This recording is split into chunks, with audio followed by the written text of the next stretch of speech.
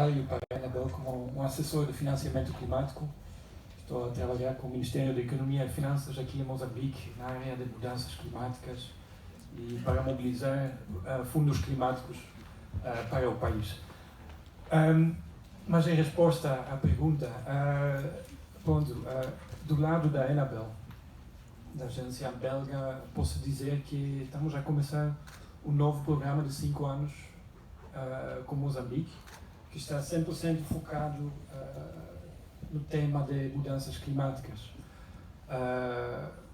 na área de mitigação, mas também adaptação, até na área de perdas e danos. E não sei se os estudantes aqui presentes, não sei se todos são estudantes, mas estou a assumir que todos, a maioria, são estudantes, mas nas negociações internacionais sobre mudanças climáticas não só fala-se de mitigação, adaptação, mas agora também sobre esse tema de perdas e danos.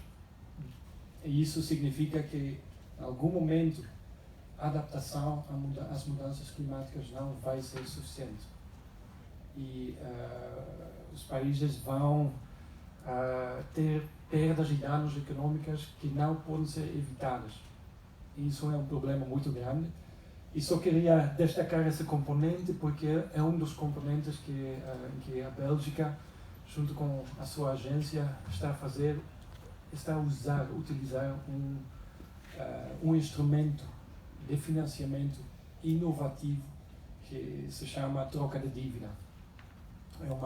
É um instrumento inovativo em que o país, Moçambique, tem uma dívida com a Bélgica, mas ao invés de reembolsar, de pagar essa dívida à Bélgica, pode investir esses fundos em atividades de perdas e danos aqui no país. Então, só queria dar esse exemplo como um exemplo. Tem outros exemplos, mas talvez vou dar a palavra aos colegas também. Mas só para mostrar que existem esses mecanismos, instrumentos inovadores que podem ajudar para mobilizar novos recursos financeiros para os países.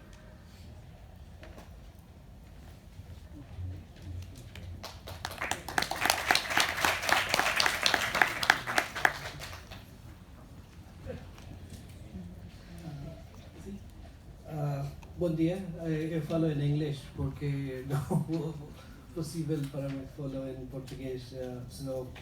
I'm Ketan from UNICEF, and honestly I was not prepared to be on the panel, but I will share what we are doing based on the question you asked. So I think there are two areas where UNICEF has been engaged in the area of climate change, climate adaptation. One is on advocacy and participation of young people, and we have the partners you heard from YCAC. We are supporting and working closely with the colleagues in YCAC since last year for COP, and very happy to say, particularly because of the work of YCAC and the partners, we will hold the first Mozambican local COI next week, from 1st to 3rd of November. So I hope some of you can participate. This is a culmination of consultations in most of the provinces in Mozambique over the last month, and we will have, I think, close to 200 young people coming in next week, and they will deliberate for 3 days and update the statement that they have developed, which would be part of the global summit where young people have a conference just before the COP28 conference at the end of November. So the inputs from Mozambique will be there for the first time, contributed based on a pretty large consultation of children and young people and youth of Mozambique to look at what are the problems they face. We all know the climatic issues in Mozambique. We also know that Mozambique doesn't contribute that much to the carbon footprint, or very, very little, like many other countries, but it impacts children and people, in a very large proportion. And what that means when you're living in Gaza, when you're living in Sofala, when you're living in Cabo Delgado. I think these are the experiences which will be shared, and they're already being developed from the last month, and it will be a powerful statement from the young people of Mozambique for COP. So that's one thing. So, and it's the start of the advocacy, and ensuring that young people have a voice on all the policies for climate change. And we're happy to work with many other partners, including Save the Children, but happy to have more partners.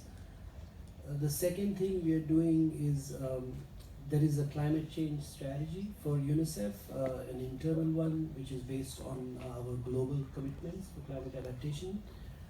So one particular initiative from that is around community-based, child-centered disaster risk reduction. We were just in Sofala with the municipality and the mayor of Beira City, for instance, and identifying a few other districts in Sofala.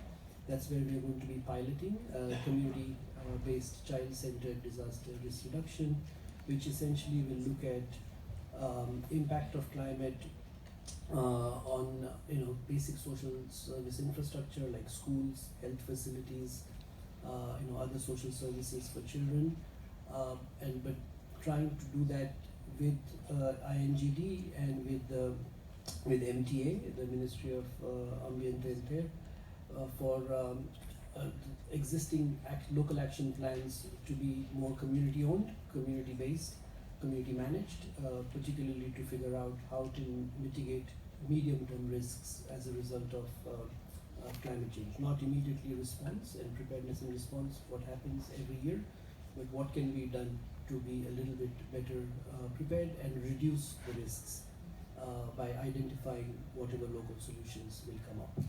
So I think I will stop there as two examples, and apologies again for speaking in English. It's a very